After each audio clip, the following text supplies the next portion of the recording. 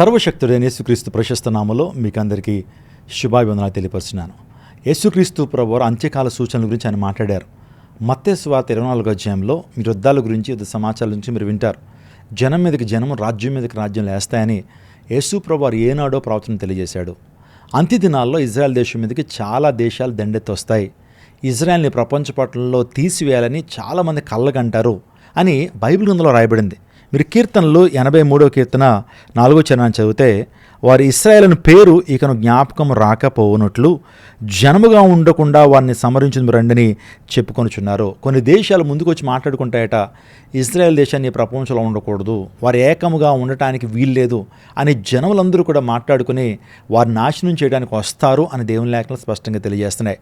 ప్రపంచవ్యాప్తంగా చాలా దేశాలు ఇజ్రాయెల్ దేశాన్ని నాశనం చేయాలని, ప్రపంచ పటంలో ఇజ్రాయెల్ దేశాన్ని ఉంచకూడదని కళ్ళగంటున్నారు. అదే యుద్ధాల యొక్క ప్రభావం ఇదే. ఎన్నో యుద్ధాలు ఆల్రెడీ స్టార్ట్ అయిపోయినాయి. మనందరికీ రష్యా ఉక్రెయిన్ వార్ ఇంకా జరుగుతూనే ఉంది.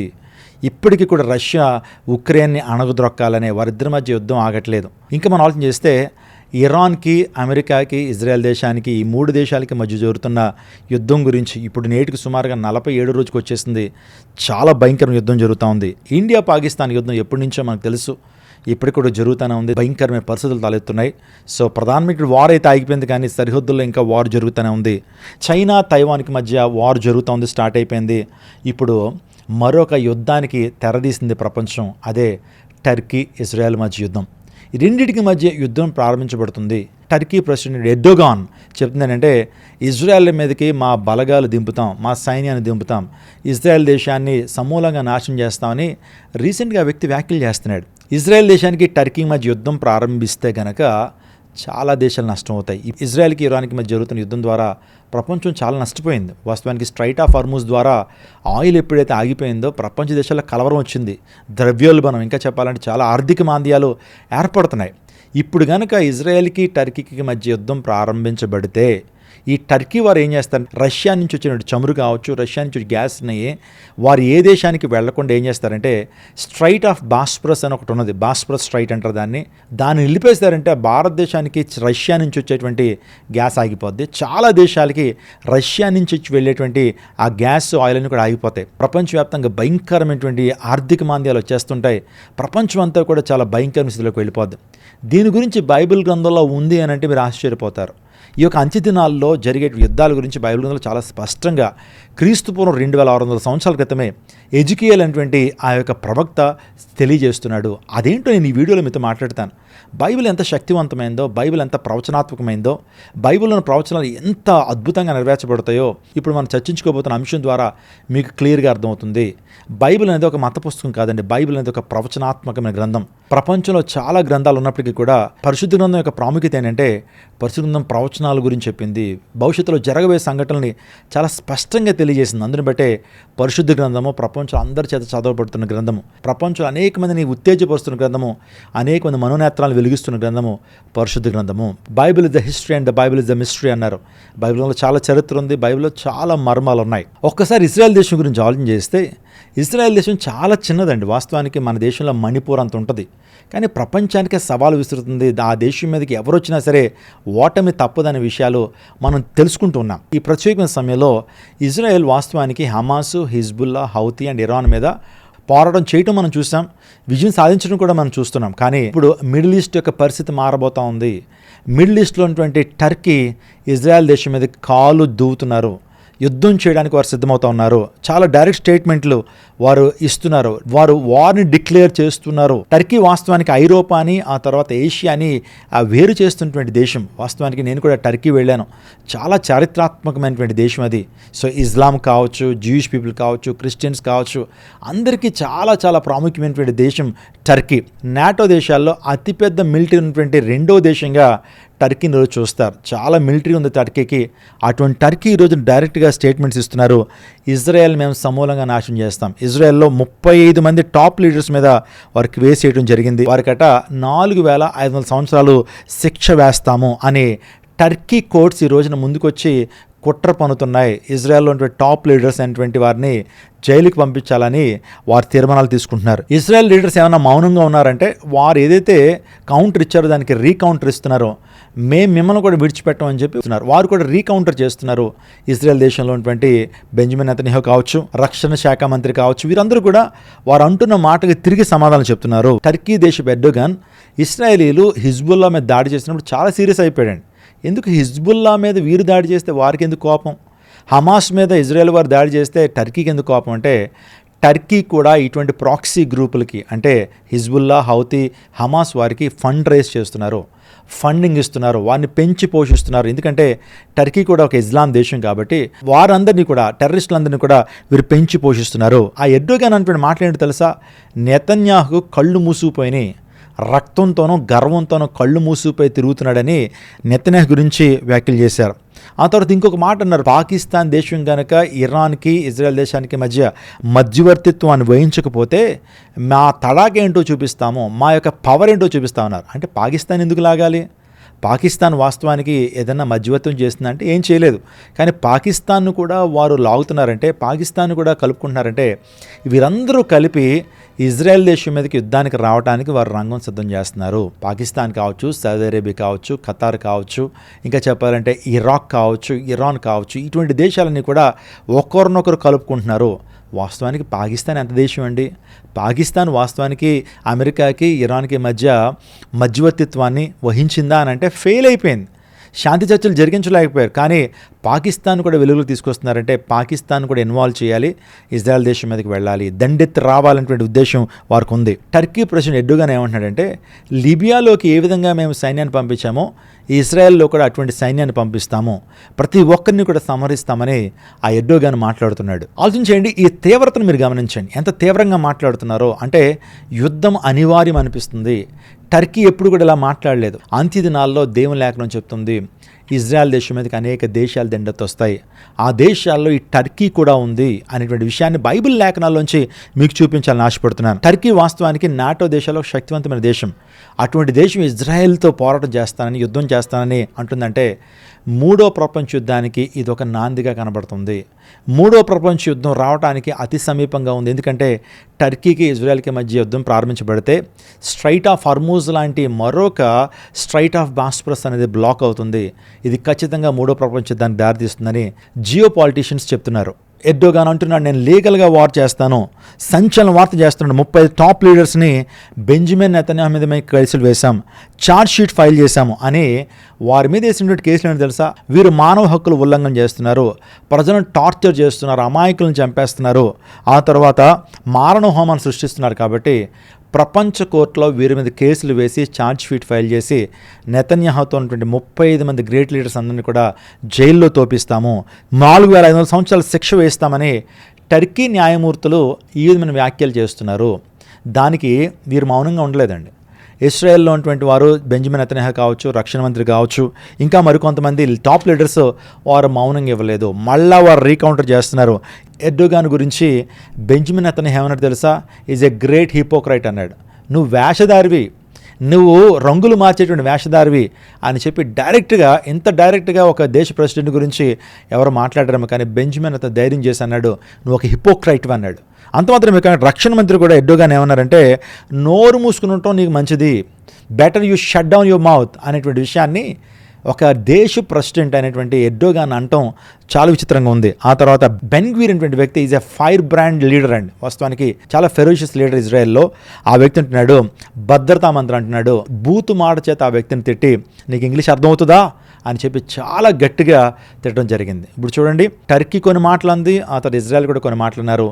ఈ మాటల యుద్ధం ఆల్రెడీ ప్రారంభించబడింది. టర్కీ మౌనంగా ఉండబోట్లేదు. టర్కీ ఇజ్రాయెల్ దేశాన్ని ఆక్యుపై చేయడానికి, ఇజ్రాయెల్ దేశం యుద్ధం చేయడానికి సిద్ధమవుతుంది. దీని గురించి బైబిల్ గ్రంథంలో రాయబడి అంటే ఖచ్చితంగా రాయబడింది, టర్కీ దేశం ఇజ్రాయెల్ మీద దండెత్తి వస్తుందని. క్రీస్తుపూర్వం సుమారు 2100 సంవత్సరాల క్రితం రాయబడినటువంటి యెహెజ్కేలు గ్రంథంలో చాలా స్పష్టంగా దేవుడు రాయించాడు.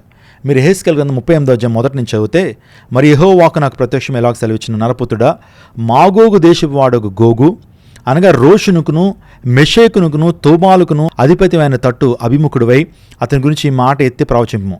ప్రభుని యెహోవా సెలవిచ్చింది ఏమనగా, రోషునుకును మేషేకును తుబాలుకును అధిపతి గోగు నేను నీకు విరోధనై ఉన్నాను. నేను నిన్ను వెనుకకు త్రిప్పి నీ దౌడలను గాలములను తగిలించి నిన్ను నీ సైన్యమంతటిని గుర్రములు నానా విధముల ఆయుధములు ధరించు నీ రౌతులందరినీ కవచములను డాలను ధరించి ఖడ్గములు చేత పట్టుకున్న వారందరినీ మహాసైన్యముగా బయలుదేర తీసేదను. కొన్ని దేశాల గురించి మనం వింటున్నాం. అంత్య దినాల్లో ఇజ్రాయెల్ మీదకి దండెత్తి వచ్చే దేశాల లిస్ట్ ఇక్కడ కనబడుతుంది. ఒకటి మాగోగ్ అనే దేశాన్ని చూస్తున్నాం. మాగోగ్ అంటే ఏంటండి? మోడర్న్ ప్రపంచంలో మాగోగ్ దేనికి సాదృశ్యంగా ఉంది? దేన్ని సూచిస్తుంది అంటే రష్యాని సూచిస్తుంది. ఆ తర్వాత పారసీకులు అంటే మనకు తెలుసు, పారసీక రాజ్యం అంటే ఇరాన్. ఇప్పటి వరకు ఇరాన్ అనే దేశం ఇజ్రాయెల్ మీద యుద్ధం చేసింది. ఆ తర్వాత మెషెక్, ఆ తర్వాత తూబాలో, తొగర్వా అనేటువంటి ప్రాంతాలకు వేటికి సాదృశ్యంగా ఉన్నాయంటే అదే టర్కీ. ఈ దేశాలు ఇజ్రాయెల్ మీద దండెత్తి వస్తాయని చాలా క్లియర్గా అక్కడ రాయబడుతుంది. టర్కీ సైన్యాలు ఇజ్రాయెల్ మీదకి వస్తాయి అని అంత క్లియర్గా రాయబడింది. ఇప్పుడు ఈ టర్కీ అంటుంది ఇజ్రాయెల్ మీదకి మా సైన్యాలు పంపిస్తాము. ఎగ్జాక్ట్లీ నెరవేర్చబడలేదా? క్రీస్తుపూర్వం 2600 సంవత్సరాల క్రితం రాయబడినటువంటి హెజ్కేల్ గ్రంథంలో ఇజ్రాయెల్ దేశం మీదకి మేషకు, తుబాలు, తుగర్వా ఇవి వస్తాయని చాలా క్లియర్గా చెప్తే ఆ తూబాలు అనేటువంటి దేశము, మెషెక్ అనేటువంటి దేశము టర్కీకే అవి సాదృశ్యంగా ఉన్నాయి. టర్కీ, ఇజ్రాయెల్ ఒకప్పుడు మిత్ర దేశాలండి. రెండింటి మధ్య చాలా వ్యాపారం జరిగేది, రెండింటి మధ్య చాలా వర్తకం జరిగేది. కానీ ఇప్పుడు వర్తకాన్ని అన్ని కూడా నిలిపేసి టర్కీ ఇప్పుడు ఇజ్రాయెల్తో వర్తకం చేయట్లేదు, వ్యాపారం చేయట్లేదు, కానీ యుద్ధానికి కాలు దూవుతున్నారు. అది బైబిల్ యొక్క ప్రవచనం నెరవేర్పని ఖచ్చితంగా మనం తెలుసుకోవాలి. ఇంకా మనం ఆలోచన చేస్తే జకర్యా గ్రంథం 12వ అధ్యాయం 2వ వచనం, నేను యెరూషలేము చుట్టూనున్న జనులందరికీ మత్తు పుట్టించు పాత్రగా చేయబోచున్నాను. శత్రు యెరూషలేమునకు ముట్టడి వేయగా అది యూదా మీదకి వచ్చును. ఆ దినమది నేను యెరూషలేమును సమస్తమైన జనులను బరువైన రాయిగా చేతును. దాన్ని ఎత్తి మోయేవారందరూ మిక్కిలి గాయపడుదురు. భూజనులందరూ దానికి విరోధులై కూలుదురు. ఇక్కడ చాలా క్లియర్గా చెప్తా ఉన్నారు, నేను దానికి మత్తు కలుగు చేస్తాను. అదొక బరువైన రాయిగా మార్చబడుతుందని ఇజ్రాయెల్ గురించి చెప్పబడింది. అంటే అంత్య దినాల్లో జరిగేటువంటి సంభవం ఏంటి తెలుసా? ఇజ్రాయెల్ దేశానికి ప్రతి దేశం కూడా వ్యతిరేకతను చూపిస్తాయి. అనేక దేశాలు ఇజ్రాయెల్ మీద దండెత్తి వచ్చి ఇజ్రాయెల్ మీద శత్రుత్వాన్ని పెంచుకుంటాయి, వ్యతిరేకతను ప్రకటిస్తాయని దేవుని లేఖలు ఎంత స్పష్టంగా తెలియజేస్తాను. దాన్ని బరువైన రాయిగా చేస్తాను, దాన్ని మత్తు పాత్రగా చేస్తానని దేవుడు వాగ్దానం చేశాడు. ఆ లేఖనాలే నెరవేర్చబడుతున్నాయి. ఇప్పుడు ప్రపంచంలో ఇజ్రాయెల్ ఒక బరువైన రాయిగా అది మార్చబడలేదా? మత్తు కలిగించే పాత్రగా అది మార్చబడలేదు. మీరు ఆలోచన చేయండి. ఐక్యరాజ్య సమితి రోజు వ్యతిరేకిస్తున్నారు ఇజ్రాయెల్ దేశాన్ని, నాటో దేశాలు వ్యతిరేకిస్తున్నాయి. ఇంకా చెప్పాలి, ప్రపంచవ్యాప్తంగా యూరోపియన్ నేషన్స్ చాలా ఇజ్రాయెల్ దేశాన్ని వ్యతిరేకిస్తున్నాయి. టర్కీ కూడా యుద్ధానికి బయలుదేరుతుంది, పాకిస్తాన్ యుద్ధానికి అది కూడా కాలుదూతుంది. ఈ దేశాలన్నీ కూడా ఒకటి కాబోతున్నాయి, ఇజ్రాయెల్ దేశం మీదకి దండెత్తబోతున్నాయి. అంటే వీరందరూ కూడా ఇజ్రాయెల్ దేశాన్ని ప్రపంచ పటంలో ఉంచకూడదని బయలుదేరి వస్తున్నారు. ఇందాక నేను చదివించాను 38వ కీర్తనలో, ఈ దేశాలని కూడా ఇజ్రాయెల్ దేశాన్ని దాని పేరును ఉంచకూడదు, ఆ పేరు అనేది ప్రపంచంలో ఉంచకూడదని యాంటీ సెమిటిజంని, వ్యతిరేకతను అనేక మంది ప్రకటిస్తున్నారు. కానీ ఒక్క విషయం చెప్పాలి, ఇజ్రాయెల్ని కాపాడుతున్నటువంటి దేవుడు కొనుక్కుడు నిద్రపోడు. దేవుడే ఇజ్రాయెల్ని కాపాడుతున్నారు. చాలామంది అనుకుంటారేమో అమెరికా కాపాడుతుంది ఇజ్రాయెల్ దేశాన్ని, లేకపోతే అనేక దేశాలకు, నాటో దేశాలు కాపాడుతున్నాయి. కాదు, ఇజ్రాయెల్ దేశాన్ని కాపాడుతుంది రక్షకుడు యేసుక్రీస్తు ప్రభు. యెహోవా దేవుడు ఇజ్రాయెల్ దేశాన్ని కాపాడుతున్నాడు. ఇజ్రాయెల్ వాస్తవానికి అనేక మంది బరువైన రాయిగా మార్చబడుతున్నప్పటికీ ఇజ్రాయెల్ని కాపాడువాడు కొనుక్కుడు నిద్రపోవడం దేవుని లేఖనం సెలవిస్తుంది. దేవుని గడియను తిరుగుతూ ఉంది, అంత్య దినాలకి సూచనగా ఉన్నాయి. అందుని బట్టి నా ప్రియ దైవజనాంగమా, మీరు సిద్ధపడాలి, మీతో ఉన్న సమూహాన్ని సిద్ధం చేయాలి. దేవుని రాకడ గురించి చాలా విషయాలు వింటున్నారు. మీరు అనుకుంటున్నారా ఇది వరల్డ్ న్యూస్, ఇది యుద్ధాల గురించి న్యూస్ అనుకుంటున్నారు? కాదు, ఇది ప్రాఫెటిక్ మెసేజ్. ఇవి దేవుడు అనేక మంది సిద్ధపరుస్తున్నాడు, అనేక మంది అలర్ట్ చేస్తున్నాడు. యుద్ధాలు అనేటువంటివి యేసుక్రీస్తు రాకడ సూచనగా ఉన్నాయి. కాబట్టి ప్రతి విశ్వాసి కూడా సిద్ధపడాలి.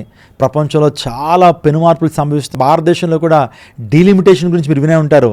మన భారతదేశంలో ఒక రాజకీయ పార్టీయే 50 సంవత్సరాల పరిపాలన చేయాలని భయంకరమైన భావజాలంతో డీలిమిటేషన్ అనే దాన్ని చట్టాన్ని చేయబోతున్నారు. అందుని బట్టి ఆ లోక్సభలో ఉన్నటువంటి ఆ సీట్లు పెంచాలని ఆశపడుతున్నారు. ఆ నార్త్ ఇండియాలో ఉన్నటువంటి ఆ సీట్లు ఎప్పుడైతే పెంచబడుతుంటాయో సౌత్ ఇండియాలో ఉన్నటువంటి సీట్ల ద్వారా ఇంక ఏ విధమైనటువంటి ఆధిక్యత ఉండదు. అంటే ఇంకా సౌత్ ఇండియాలో ఎలక్షన్స్ అన్నీ కూడా నామినల్ ఎలక్షన్స్ అవుతాయి. నార్త్ ఇండియాలో వచ్చేటువంటి సీట్లే వారిని ప్రధానమంత్రిగాను ఇంకా రాష్ట్రపతిగాను ఉన్నతమైన పదవుల్లో నిలుపుతాయనే ఉద్దేశంతో ఈ డీలిమిటేషన్ అనే దాన్ని ప్రారంభిస్తున్నారు. అంటే ఇది యేసుప్రభు రెండో రాకడ సూచన కాదా? ఈ యొక్క భయంకరమైన నిరంకుశత్వ పాలన, ఒకే వ్యక్తి చేతిలోకి అధికారం వెళ్ళటం, డెమోక్రసీ చాలా దేశాల్లో కనుమరుగైపోతుంది, మన భారతదేశంలో కూడా కనుమరుగైపోతుంది. అందుని బట్టి ఇవన్నీ యేసుప్రభు రాకడ సూచనగా ఉన్నాయి. మీరు భయపడాల్సిన అవసరం లేదు. ఎవరైతే యేసుక్రీస్తు ప్రభు తమ స్వంత రక్షకు అంగీకరిస్తారో వారు భయపడనక్కర్లేదు. నువ్వు యేసు రక్తంలో ప్రతి పాపాన్ని కడుక్కుని రక్షణ పొందినట్టయితే ర్యాప్చర్లో ఎత్తబడతావు, ప్రభు నేను కాపాడతాడు. భయంకరమైన 7 ఏళ్ల శ్రమల కాలంలో నువ్వు ఉండకుండా ఉండాలి అంటే రక్షణ పొందాలి, రక్షణలో కొనసాగాలి. అంతం వరకు నమ్మకంగా నీ రక్షణ కొనసాగించుకోవాలి. అపోస్తలుడైన పౌలు అంటాడు, నీ జీవితాన్ని ఆత్మానుసారంగానే ప్రారంభించవు కానీ శరీరానుసారంగా సంపూర్ణ సంపూర్ణం చేస్తాను అంటున్నాడు. ఒకవేళ నువ్వు అటువంటి పరిస్థితులు ఉన్నట్లయితే ఆత్మానుసారంగా నడు, నువ్వు ఆత్మ ఫలాలు ఫలించు, నీతి ఫలాలు ఫలించు, ఇంకా మహిమ ఫలాలు ఫలించు, దేవుని యొక్క మారు మనసుకు తగిన ఫలాలు ఫలించి దేవుని కృపలో వర్ధిల్లు. ఆయన రాకడ ఎత్తబడే గుంపులో మనం ఉంటాం. మనం సిద్ధపడాలి, అనేకమంది సిద్ధపరచాలి. అగ్నిలోంచి లాగినాడు, కొంతమందినన్నా రక్షించమన్నాడు. కాబట్టి అనేక మంది సత్య సువార్తను ప్రకటిద్దాం, అనేక మంది యేసు ప్రభు సువార్తను ప్రకటిద్దాం. ఇవి ఏదో యుద్ధాల గురించి న్యూస్ అనుకోవద్దండి. బైబిల్ ఎంత అథెంటిక్ బుక్, బైబిల్లో ఎంత ప్రాఫెసీస్ ఏ విధంగా నెరవేర్చబడుతున్నాయో చాలా స్పష్టంగా మనం విన్నాం. కాబట్టి ఇంకా మీరు రీసెర్చ్ చేయండి, ఇంకా వెరిఫై చేయండి. చాలా విషయాలు పరిశుద్ధాత్మ దేవుడు మీతో మాట్లాడితే యెహెజ్కేలు గ్రంథం 38వ అధ్యాయం, ఆ తర్వాత జకరియా గ్రంథం 12వ అధ్యాయం జాగ్రత్తగా చదవండి. ఆ తర్వాత చాలా దానియేలు గ్రంథాన్ని మీరు చదవండి. చాలా బైబిల్ ప్రవచనాలు ఈ యొక్క అంత్యదినాల్లో నెరవేర్చబడుతున్నాయి.